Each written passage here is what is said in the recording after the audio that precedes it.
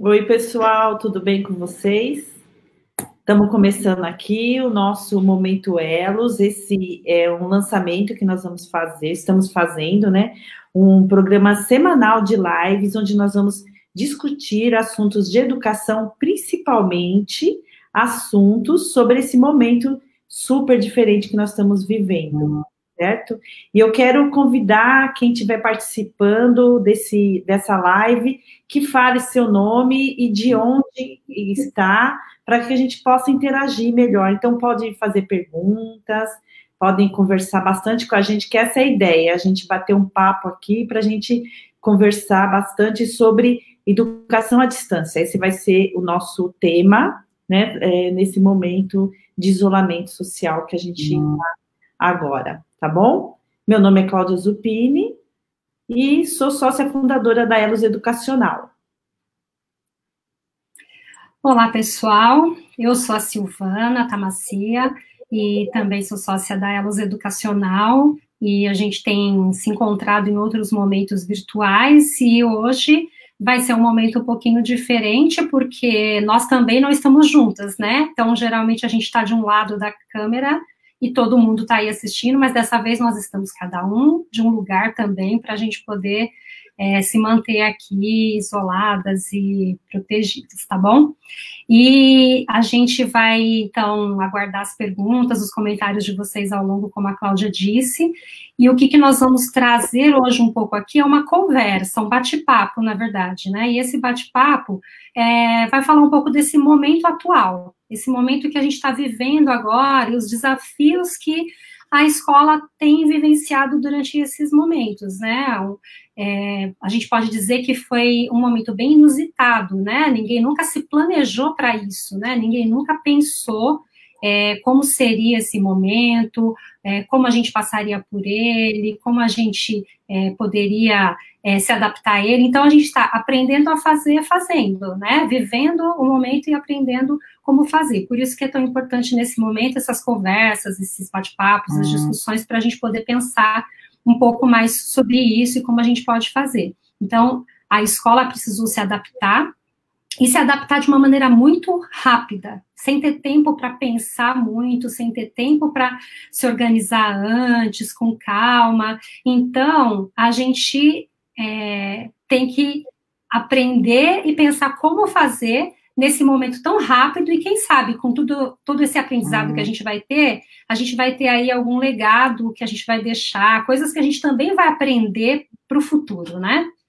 E aí, nesse momento, o que a gente queria começar compartilhando com vocês é um pouco da nossa experiência com a educação à distância também, como é que a gente aprendeu um pouco sobre como lidar com isso, né, Cláudia? Exatamente. Antes de eu começar a falar, eu já quero dar aí as boas-vindas para a Fernanda, de Santo André, que está aí com a gente, para a Joelma, de Cabo de Santo Agostinho, e também nós temos um pessoal do Ceará, de Novo Gama, de São Paulo. Que legal, né? Já tem bastante gente aqui com a gente para conversar. Então, façam suas perguntas, podem conversar bastante com a gente, que a gente está aqui para fazer esse bate-papo com vocês. Essa é a ideia dessa live, tá bom? Bem, nós temos uma experiência com educação à distância bem interessante, porque tanto eu como a Silvana, a gente começou a educação há muitos anos, desde o nosso começo de carreira, mas a Elos Educacional, ela tem 10 anos de existência, mas de educação à distância, ela tem 8 anos, praticamente, né, Silvana, que a gente trabalha com educação à distância. E se tornou necessário esse trabalho com educação à distância por conta de duas questões muito básicas. Primeiro, porque nós queríamos atingir o maior número de pessoas com o trabalho que a gente realiza, né, que é formação de educadores, de gestores, e que ia alcançar, ter uma abrangência. Então, nós queríamos ter mais pessoas e com pessoas que estavam mais distantes. E, para isso, nada melhor do que usar o uso da tecnologia. E nós acreditávamos muito no potencial dessa utilização da tecnologia. Só que tem uma coisa essencial que nós sempre lutamos muito, trabalhamos, estudamos muito para que acontecesse, é não perder a qualidade desse momento presencial, porque nós somos educadores que viveu essa transição, né? Nós somos da geração que não tinha essa tecnologia e vivemos essa transição de se apropriar da tecnologia e primamos por a qualidade da aprendizagem na ponta. Então, como fazer a educação à distância com essa qualidade? Que a aprendizagem chegasse lá para os nossos cursistas, para os nossos alunos, da melhor maneira possível. Então, essa sempre foi a nossa questão, essa sempre foi o motivo dos nossos estudos, da nossa busca. Então, a gente estudou muito, tanto na questão da psicologia da educação, de como fazer isso da melhor maneira possível. Depois a gente pode dar até um referencial teórico para vocês sobre como fazer isso, sobre o ensino à distância, que já tem muito referencial bibliográfico sobre esse assunto. Nós viajamos também, né, Silvana? Silvana, acho que pode lembrar, faz alguns anos, mas a gente foi para os Estados Unidos, nós fomos conhecer escolas de ponta que trabalham com ensino à distância. Foi uma experiência incrível. Fomos para Nova York também, conhecer vários trabalhos de formação de professores, de gestores escolares, que também utilizavam da tecnologia para fazer isso.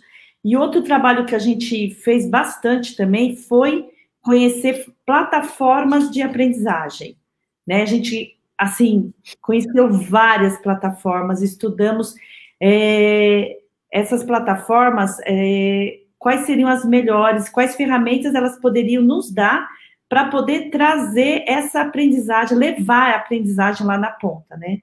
E com isso a gente adquiriu muita experiência para poder fazer um trabalho adequado. E o que a gente pode dizer sobre isso é que o que a gente não pode deixar de fazer é trazer essa aprendizagem para a prática, né? Trazer essa aprendizagem para o contexto do estudante. Então, você não pode pegar um pacote de conteúdo e simplesmente entregar. Essa não é a ideia. Você tem que personalizar o máximo possível, contextualizar o máximo possível, e as ferramentas tecnológicas, elas têm que estar a serviço da aprendizagem para que a gente consiga fazer o melhor possível.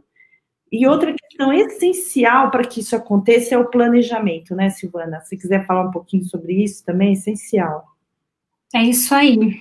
Antes de entrar no tema de planejamento, eu estou vendo aqui a Cássia Mancini mandou uma pergunta sobre como organizar essa nova rotina, né, que tem tudo a ver com esse tema do planejamento. Obrigada, Cássia, pela pergunta.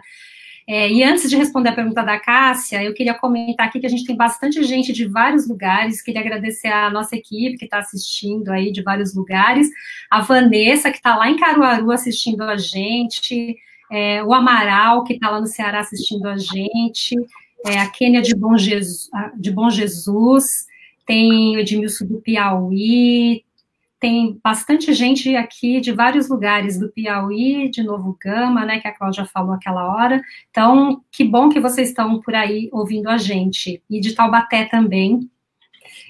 Bem, então, a respeito da pergunta do planejamento, quando a gente pensa agora em rotina, a gente pensa numa rotina bem diferente, né? Então, às vezes, as pessoas falam assim, como é que eu vou planejar agora? Não está tendo aula normal, não está todo mundo na escola, mas isso não significa que a gente não precisa planejar, né? A gente precisa organizar ainda melhor a nossa rotina, nosso planejamento para isso.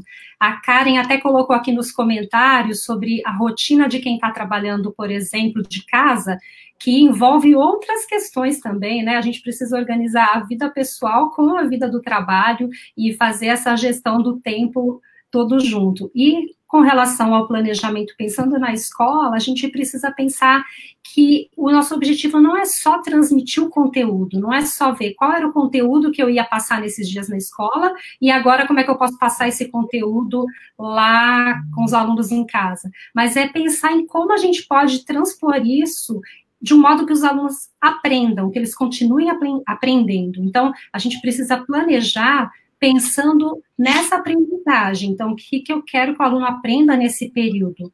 É claro que não vai ser a mesma coisa do mesmo jeito que eu estava fazendo na escola, né? E nem todo mundo tem os mesmos recursos tecnológicos. Então, a gente vai falar um pouco, no geral, de quais são as possibilidades, mas levando em conta que nem todo mundo vai ter todas essas possibilidades aí disponíveis, mas você precisa pensar que o planejamento, ele precisa continuar acontecendo, eu preciso pensar o que eu vou fazer, o que eu vou propor e o que eu quero que os meus alunos aprendam, mesmo estando à distância. Então, isso é muito importante nesse momento, estruturar essa rotina, tanto para os alunos, né, que não vai ser passada às 7 ao meio-dia sentado na frente do computador, com certeza, mas a gente vai pensar em outras possibilidades, organizar também a sua própria rotina, e pensar nisso, né, como é que essas estratégias podem se diferenciar.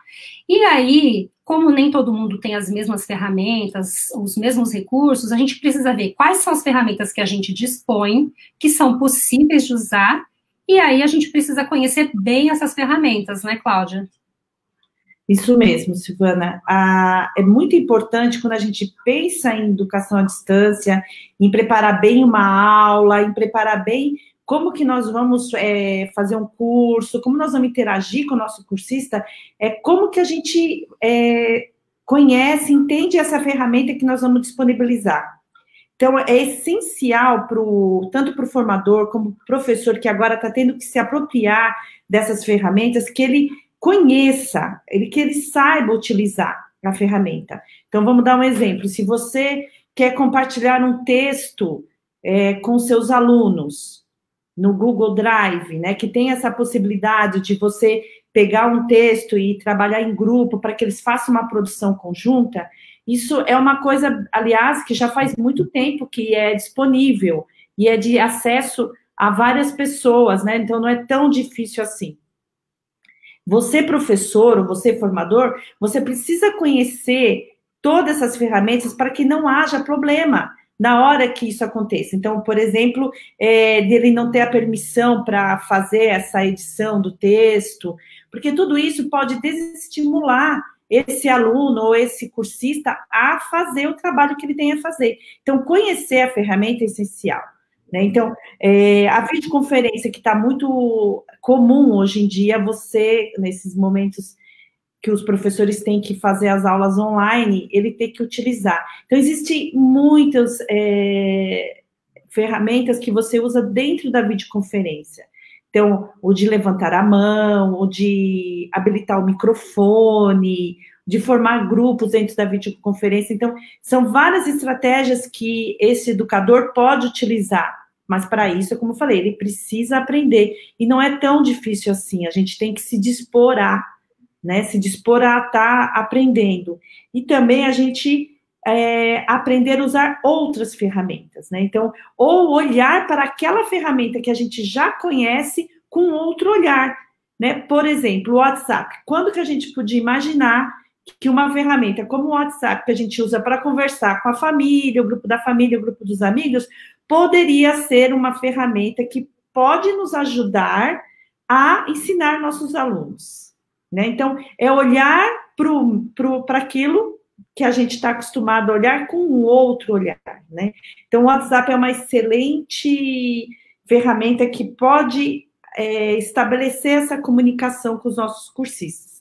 Aliás, o tema comunicação é outra coisa bem importante quando a gente fala em educação à distância. Né, Silvana? É isso mesmo. É isso mesmo. A Ana está fazendo uma pergunta aqui, a gente vai responder já já a sua pergunta, Ana, sobre como conseguir engajar os seus alunos mesmo estando distantes. A gente já vai falar disso, mas agora eu queria falar um pouquinho sobre essa questão do vínculo e da comunicação com os alunos.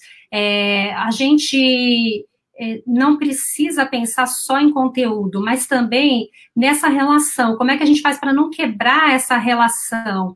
Né? Como é que a gente faz para manter esse acompanhamento através da comunicação, que o Alex está perguntando, né? Que as famílias não sabem como oferece o apoio. Então, a gente tem que pensar não só nas tarefas cognitivas, mas pensar também na questão de outras competências, como a gente tem na BNCC, né? Que fala sobre a empatia, né? O momento de pensar como que meus alunos estão, o que será que eles estão passando, né, lá na casa deles, nesse momento, como eles estão se organizando, pensar nessa outra competência que fala lá, que é o autocuidado. Será que cada um sabe como se cuidar nesse momento? Como é que eu posso ajudar os meus alunos? Como é que eu posso falar da questão da cooperação, que é uma outra competência importante? Como é que cada um pode cooperar com o outro nesse momento? E, às vezes, o fato de você estar na sua casa já é uma cooperação nesse momento, né, de manter as pessoas seguras. Então, manter esses laços e a empatia com o aluno é importante. E comunicar com ele, com a família, sobre o que você espera daquilo que você está passando para eles, né? Se você espera que aquilo seja realizado, que seja enviado de volta, se você vai mandar a correção para o próprio aluno fazer, qual é o tipo de apoio que a família vai desempenhar. Então, a gente tem que entender que a mãe e o pai, eles não são professores, né? Então, a gente não vai querer que eles façam a mesma coisa que a gente faria na escola. Então, o que eles podem fazer? Como que nas situações do dia a dia eles conseguem ajudar? As atividades que a gente vai propor podem ser feitas com que tipo de apoio, né? Ou não precisa de apoio? O que a gente vai propor são coisas que os alunos têm competência para fazer sozinhos. Então, é preciso deixar muito claro, não se sentir tão pressionada e achar que ela vai ter que fazer o papel da escola, o papel que o professor faria, né? Então, a gente tem que ter uma expectativa diferente, né? Então, os professores somos nós e eles continuam sendo os pais, mas que estão apoiando de uma outra maneira, e aí nessa comunicação precisa deixar isso tudo bem claro também. E aí, então, Ana, respondendo agora a sua pergunta sobre como a gente pode engajar os alunos, a gente pode pensar em situações de aprendizagem que façam sentido, né? Acho que a Cláudia pode complementar isso aqui e falar um pouco sobre essas situações de aprendizagem. Bem, como a gente já tinha falado sobre a importância do planejamento, da mesma forma com as aulas presenciais, que você planeja a sua aula e você tem um objetivo com a sua aula no momento presencial, a distância é a mesma coisa. Nós precisamos ter um objetivo com o que a gente pretende fazer com os alunos. Se nós temos planejado um momento síncrono, onde eu vou juntar todos os meus alunos, vamos pensar num espaço virtual, numa videoconferência, e eu quero que eles estejam todos lá, e eu vou passar um PowerPoint e vou ficar explanando para eles, eu estou perdendo uma grande oportunidade de usar aquele momento que estão todos juntos lá, ao vivo, para fazer, por exemplo, um debate ou tirar dúvida deles. Então, o que eu poderia fazer? Eu poderia, já que eu estou querendo, o meu objetivo nesse sentido, nesse exemplo que eu dei, seria passar um conteúdo, eu poderia ter passado antes esse conteúdo para eles, de alguma forma, num texto ou no próprio PowerPoint, e aproveitar esse momento onde estariam todos reunidos na videoconferência ao vivo para fazer um debate, para tirar as dúvidas deles. Então, anteriormente, eles poderiam ter lido esse conteúdo, ter estudado, ter feito uma relação dessas dúvidas que eles tiveram ao ler o conteúdo e trazer para esse momento ao vivo. Então, a gente tem que aproveitar essas oportunidades e saber realmente qual é o meu objetivo com ela. Se é ao vivo, vamos aproveitar para fazer essa discussão, vamos trazer o aluno para perguntar, para conversar, né? Então, nós temos que engajá-los na aprendizagem. Então, só fazer esse momento expositivo, não que esteja errado, né? Não é que as aulas expositivas, elas são ruins, elas não são ruins, você precisa também desse momento de expor o conteúdo, mas não só isso, né? A gente precisa de outros espaços de discussão, a gente precisa pôr os alunos, pôr os nossos cursistas para pensarem, para refletirem, para trazer suas dúvidas, para a gente fazer realmente com que a aprendizagem aconteça, né? Precisa propor isso para todos eles. E existem várias formas de fazer isso. A gente ficaria muito tempo aqui falando sobre isso, né? Mas uma das formas seria as metodologias ativas, tão discutido hoje em dia, né? Que daria para a gente ficar aqui fazendo uma live cada uma delas, né, Silvana, sobre as metodologias ativas. É isso mesmo, a gente não vai entrar tão profundamente, mas acho que o que a gente queria trazer aqui é que as metodologias ativas, elas não significam que eu tenho que estar no espaço oficial da escola para elas acontecerem na sala de aula. Eu vou trabalhar de maneira ativa com os alunos, mesmo na educação à distância, né? Então, eu não preciso estar lá na sala para estruturar algumas atividades. Muitas dessas estratégias podem ser feitas em qualquer ambiente. Então, a gente não pode deixá-las de lado nesse momento. Então, se eu vou marcar um momento com os alunos, eu posso pensar, sim, em estratégias. Por exemplo, a própria situação de aula invertida que a gente fazia quando estava na escola, né? Então, primeiro os alunos assistem um vídeo que o professor mesmo pode gravar, por exemplo, sobre a aula e mandar lá no WhatsApp com um conteúdo que ele quer trazer novo, e depois discute no momento onde está junto, como a Cláudia falou, né, propondo uma questão diferente. Então, a ideia é que que você possa manter aulas mais ativas, mesmo à distância, mas usando os recursos que você tem à distância. Então, não precisa ser uma aula tão transmissiva, tão direcionada apenas no papel do professor, né? Mas a gente pode propor momentos para os alunos. Eles podem trabalhar em dupla no WhatsApp, por exemplo, e depois a gente voltar para o grupo grande e discutir quando a gente conseguir se reunir. A gente pode propor experimento para ele fazer lá na casa dele, que não precisa ser elaborado, não precisa ter material, podem ser coisas simples, que ele pode ver lá no dia a dia dele. Por exemplo, quando a mãe dele está cozinhando, observar o que acontece com as tampas das panelas, quando a gente fala da evaporação, enfim, várias situações bem práticas do cotidiano que coloquem ele para vivenciar e depois a gente discutir isso, né? E eu queria aproveitar aqui uma pausa para falar que eu estou bem feliz, que tem bastante gente aparecendo aqui, e tem gente lá de Cabo de Santo Agostinho, né, Pernambuco, tem o pessoal de Marabá que está presente, tem o pessoal de Sergipe também que acessou aqui, de Francisco Morato. Muito obrigada por vocês estarem aí prestigiando, participando, né, e comentando aqui ativamente também. E uma coisa também que a gente passa agora nesse momento, que eu acho que todo mundo está pensando sobre isso, todo mundo que é educador está pensando sobre isso, será que eu estou preparado para isso? Como eu faço para me manter atualizado e para, nesse momento, eu conseguir dar conta dessa demanda, dessa necessidade que surgiu assim tão repentinamente, né, Cláudia?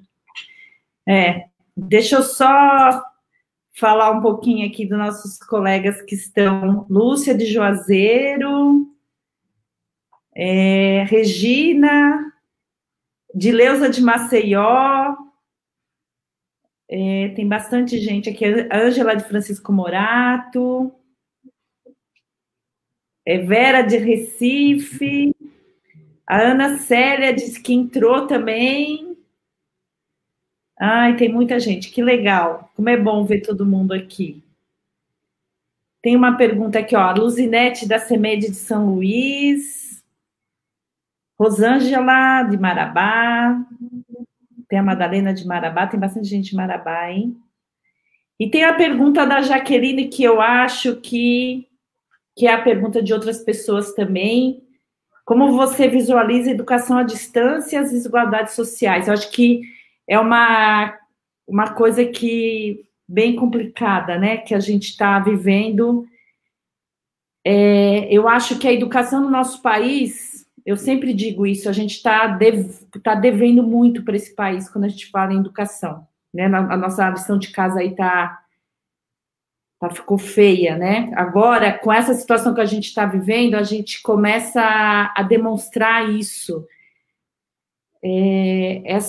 Como que a gente deixou perder, né, essa situação, a gente não deu importância à tecnologia, e hoje a gente sente falta dela, né, quando a gente fala em educação. Nós temos uma sala de aula do século XVIII,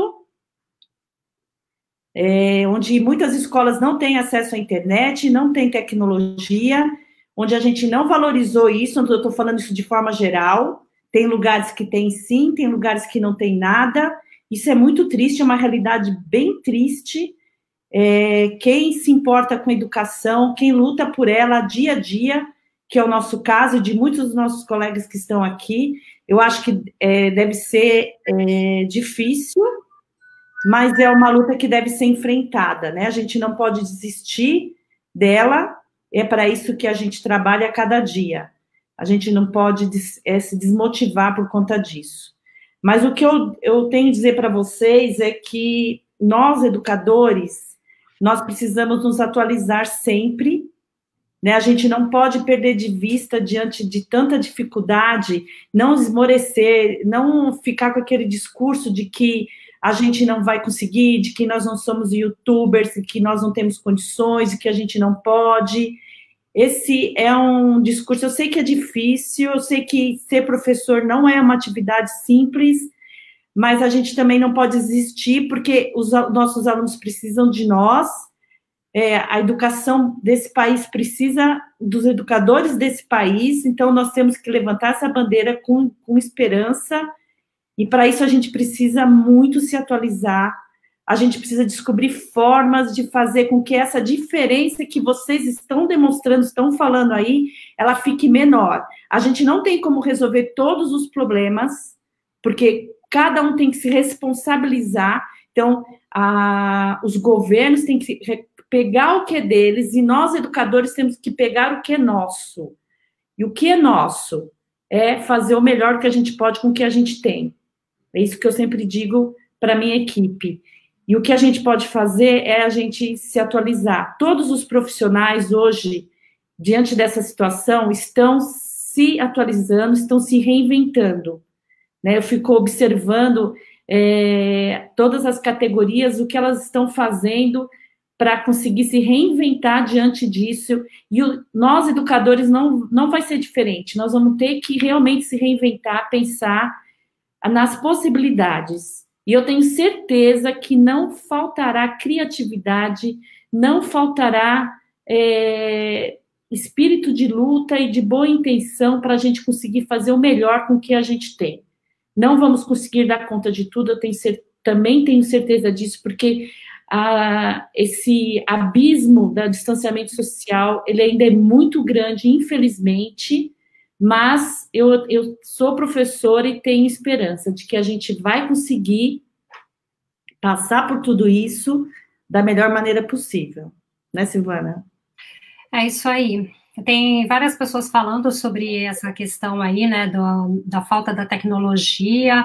A Juliana Almeida está falando aqui também da dificuldade com os alunos que são mais novos, né, e como fazer. Então, algumas redes resolveram essa questão usando o recurso que a gente já tem, mesmo analógico, né, fazendo apostila, preparando material que possa ser entregue em casa, né. Claro que aí cada rede tem que entender quais são as suas condições para fazer isso, mas várias redes pequenas e grandes que a gente conhece fizeram isso com material que possa ser entregue, e o que eu acho que tem que ser considerado é que mesmo que seja um material que não seja digital, né, que não vai ser feito usando a tecnologia, que a gente considere esses pontos que a gente estava falando sobre o aluno, que não é encher uma apostila de 100 páginas e mandar para casa e falar, ufa, agora os alunos estão tendo oportunidade de não perder nada que eu ia dar aqui na aula, não é isso, né? Mas é pensar que atividade que eu posso propor, elas não precisam ser um monte de coisa, porque não vai abarcar todo o conteúdo. A gente sabe que quando a gente voltar, a gente vai ter que pensar como nós vamos fazer para dar conta desse período aí, né, porque aconteceu. Alguns vão ter conseguido lidar melhor, outros não tanto. Então, inclusive, esse vai ser o tema da próxima live, né, como planejar o retorno dos alunos à escola após isolamento social. Mas a proposta que eu vou fazer, mesmo que seja num material impresso, por exemplo, tem que ser pensando nisso, que não é passar um monte de conteúdo, mas propor situações mais práticas, situações que a própria rotina dele dê conta de fazer, olhar os rótulos que tem em casa, então a idade que ela acabou de falar aqui, né, olhar os rótulos dos produtos, achar produtos que tenham a mesma letra do seu nome, sei lá, pensar em coisas onde a realidade dele seja possível de ser feita, independente de ter um monte de material. Então, a gente não precisa se preocupar em passar todo o conteúdo para eles e fazer com que eles consigam fazer tudo que eles estariam fazendo na escola, mas se preocupar em pensar em coisas que são possíveis, que vão ajudá-los, que vão mantê-los ocupados nesse período, pensando no seu aprendizado, em possibilidades de coisas para aprender, mas que não seja, que não tenha a pretensão de querer substituir a sala de aula. Eu acho que é isso que a gente tem que tirar da cabeça. Nós não vamos substituir a sala de aula, mas vamos pensar em possibilidades que sejam simples e viáveis, e que deixem os alunos engajados, não deixem eles totalmente afastados do ambiente escolar, mesmo que por meio dessas atividades aí que a gente possa propor. Bem, a gente está chegando aqui ao fim, né, do nosso encontro, da nossa conversa. Era um bate-papo rápido, mas ele já durou 30 minutos, porque tem bastante interação, bastante perguntas. A gente não vai conseguir falar sobre todas agora, mas depois a gente pode fazer novos comentários aí na página mesmo, para vocês poderem acessar.